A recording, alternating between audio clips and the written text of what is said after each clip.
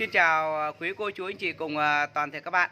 Hôm nay shop điện máy Nam Hải xin hiệu tới quý cô chú anh chị một mẫu máy hàn mới mà bên shop mới nhập về. Đây shop xin quay gần hơn, giới thiệu chi tiết hơn. Đây là dòng máy hàn có thương hiệu là Sakura Japan. Máy có màu xanh, thứ nhất là máy có hai cái diềm nhựa đường trước và đằng sau bọc bảo vệ hết máy, toàn thân máy các bạn nhé.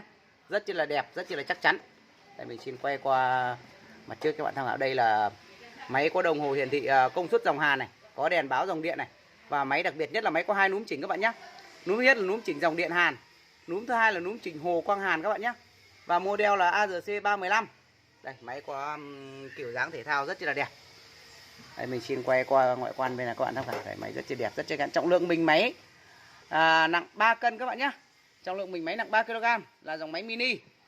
Cả kiện hàng nhập về nguyên đai nguyên kiện là như này là 4,5 cân, hàng nhập khẩu nguyên chiếc các bạn nhé. Về còn tem niêm phong này, hàng giao tới các bạn cũng còn tem niêm phong, còn nguyên đai nguyên kiện này, hàng tới các bạn cứ đập hộp nhé, đập hộp kiểm tra hàng. Phụ kiện đi theo máy gồm có là một bộ dây hàn, là dây dương là 3 mét, dây mát là 2 mét.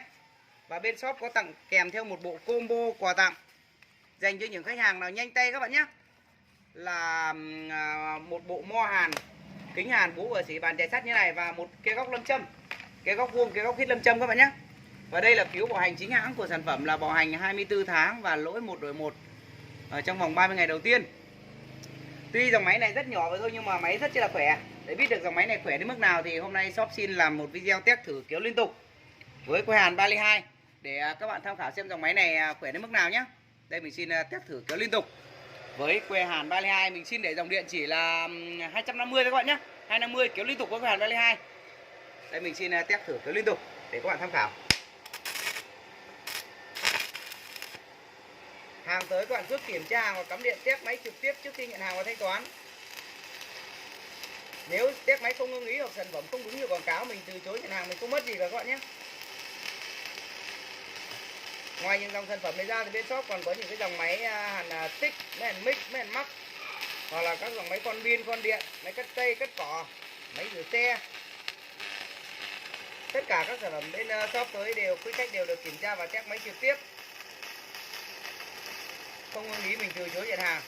Đấy, quý khách có nhu cầu thì để lại số điện thoại trên video, hoặc là để lại số điện thoại trên bình luận hoặc fanpage để bên shop có thể gọi điện lại tư vấn và hỗ trợ các bạn đặt hàng các bạn nhé.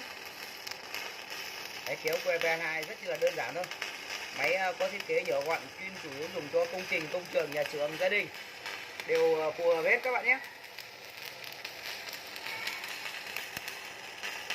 Quan trọng nhất là trong hôm nay quý khách nào nhanh tay thì để lại số điện thoại để bên shop có thể gọi điện lại tư vấn và đặt hàng thì được một bộ combo quà tặng đi kèm theo máy các bạn nhé. Đây, mình xin kiểm tra mối hàn này các bạn tham khảo. Đây mối hàn bong vẩy luôn này các bạn nhé. Đây mình xin quay rất là chi tiết mối hàn bong vẩy luôn, tự bong vẩy các bạn nhé, rất là ngấu, rất là đẹp. Các bạn quay gần đây kìa, các bạn biết là mối hàn rất là ngấu đúng không, rất là bóng đúng không ạ. Đây, mình xin quay kỹ hơn về mối hàn này các bạn tham khảo, rất là bóng, rất là mịn các bạn nhé. Đấy, quý khách có nhu cầu thì xin liên hệ trực tiếp số điện thoại trên video, hoặc là để lại số điện thoại trên bình luận hoặc fanpage để bên shop có thể gọi điện lại tư vấn và hỗ trợ các bạn đặt hàng các bạn nhé. Sau đây shop xin kết thúc video tại đây. Cảm ơn tất cả các bạn đã theo dõi video của shop nhé. Shop xin chào và hẹn gặp lại tất cả các bạn.